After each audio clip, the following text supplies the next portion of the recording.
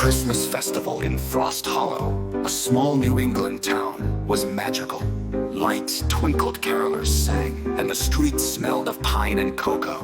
As the festival wound down on Christmas Eve, Martha and her boyfriend, Nick, strolled home, hands clasped, cheeks flushed with warmth and love. The snow-covered streets were picturesque, but Martha's eyes darted nervously to the snowmen scattered across yards. There were so many of them, all eerily perfect. Shouldn't there be tracks where people rolled the snow to make them? She asked. Nick laughed, waving off her concerns. It's just the snow covering them up, or a trick of the lights. Relax, it's Christmas. Martha smiled weakly, but unease gnawed at her. She swore she saw the snowmen shift when she wasn't looking directly at them. Their stillness, when she turned her gaze, felt unnatural. Nick, bolstered by too much spiked eggnog, and Wassail teased her. Maybe it's Santa's snowman army. His jokes didn't ease her nerves, and eventually, even his liquid courage began to wane. As they passed another darkened yard, a wet, slushy sound made Martha stop cold. She turned, gasping. Nick followed her gaze and froze. Behind them, dozens of snowmen were following, their round bodies dragging through the snow, razor-sharp icicle teeth glinting in the moonlight.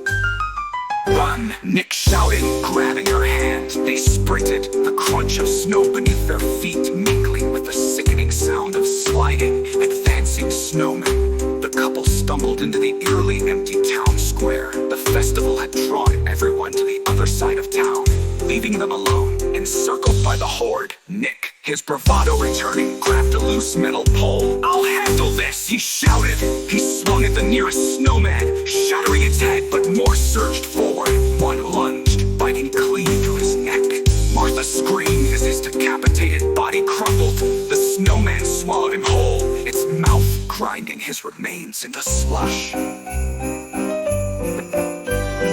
Martha turned to run, but the leader's snowman approached, a towering figure crowned with golden ice. Its jagged, frozen grin widened, and a sharp, icy tongue darted out, stabbing her neck. A freezing liquid pumped into her veins, paralyzing her. She tried to scream, but no sound came. Her body stiffened, her senses dulled, and her vision faded to white.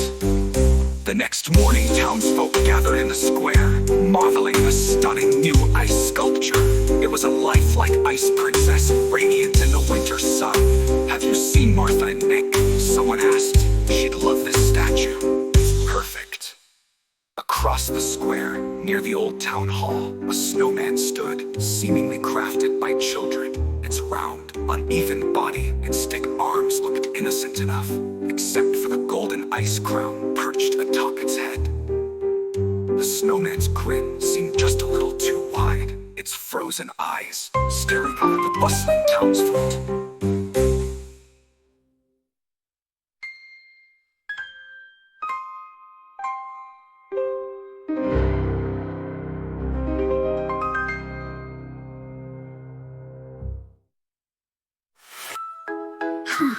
Have you seen Martha and Nick?